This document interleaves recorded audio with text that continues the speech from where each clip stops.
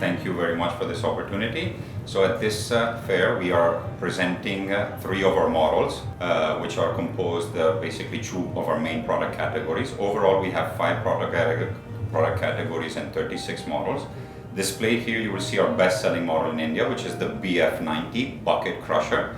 That is an attachment that is essentially suitable for 21-ton class excavators and above. We have the MBL160, which is again a bucket crusher suitable for backhoe loaders, and that is in the range of 7 to 11-ton class backhoe loaders. This product category in itself is an innovative product. We were the first to introduce it in India by way of giving the customer completely new and added utility to their waste machines, whether it be a backhoe loader or an excavator.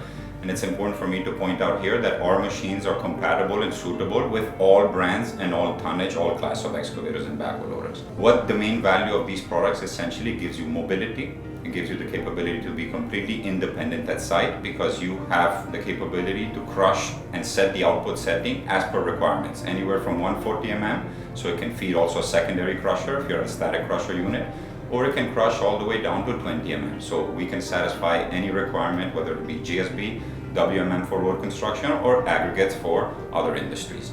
We also have the drum cutter displayed here, the R800, which is a drum cutting machine, again, just essentially for pipeline and trenching, suitable for excavators. These are the 3 main models that we have here, again, 2 product categories. Our other product categories that are not displayed here that we have though readily available for the Indian market are screening machines, again suitable for any backhoe loader or any excavators, grapples, and we have a shaft screening machine, which is again a screening machine but different from the other category. This is more for wet materials. So I believe that after COVID, I think that customers have become a little bit more careful in their decision-making process, in the sense that people are now not only looking at the best case scenarios when they're planning their capex or opex kind of investments. We have seen really a market, I hate to call it risk aversion, but more careful in their decision making process, in the sense that before a lot of people were going for very high productivity sort of crushers, which was satisfying their immediate requirements. But the market, as we know, it's a market cycle, of course, so there's ups and downs. And when you're taking such large capex machines, of course, when the machine is down or when the market is down, you have very high depreciation costs. So we're seeing people shifting from large crusher units to smaller crusher units, even if they have to work them for more hours during the day. If they're able to satisfy their peak time requirements, even working again longer hours, they're absolutely satisfied with that. Another thing that we're seeing, especially in the northern part of India, is that people appreciate mobility much more. Now, static crusher, of course, gives you great productivity, gives you great quality of output material, but it's static by the sheer definition. So if you're working in a site that is far off in the mountain areas, your transportation cost is going to become very inefficient in terms of timing and also in terms of costing. So mobility is something that is really a value that customers are really appreciating right now, and that suits us very well because all our products are attachments and they follow the base machine.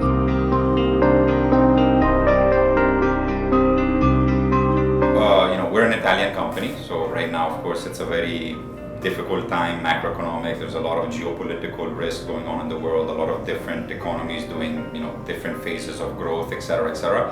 One thing is for sure is that we believe India is going to be one of the most steady growth kind of economies for the next 20 years. So if I were to look at it from a global perspective, really it's a patchwork of opportunities. Europe right now is really struggling, of course, with the conflict in Ukraine as well.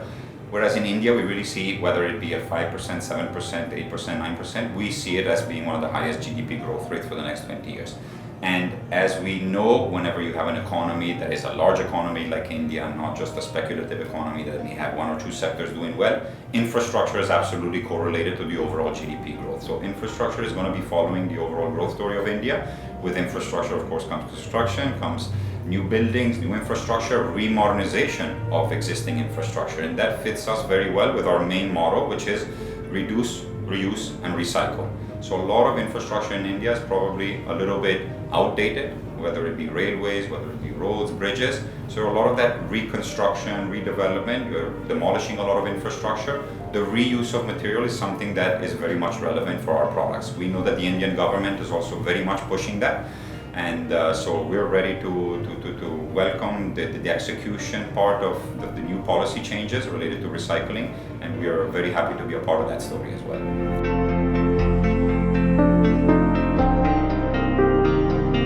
So I just briefly mentioned it before. I know that India is putting in place a lot of legislation right now to make sure that recycling is going to be a big part of the construction story.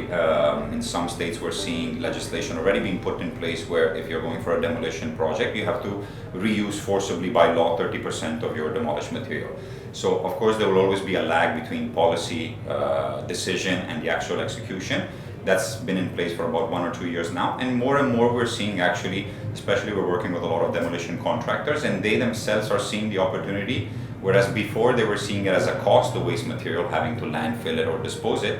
Now they can straight away crush it, screen it, resell it. So it's become not only we've eliminated a cost, but we've actually added a revenue stream for them. They're able to sell this as aggregates, GSB or WMN material.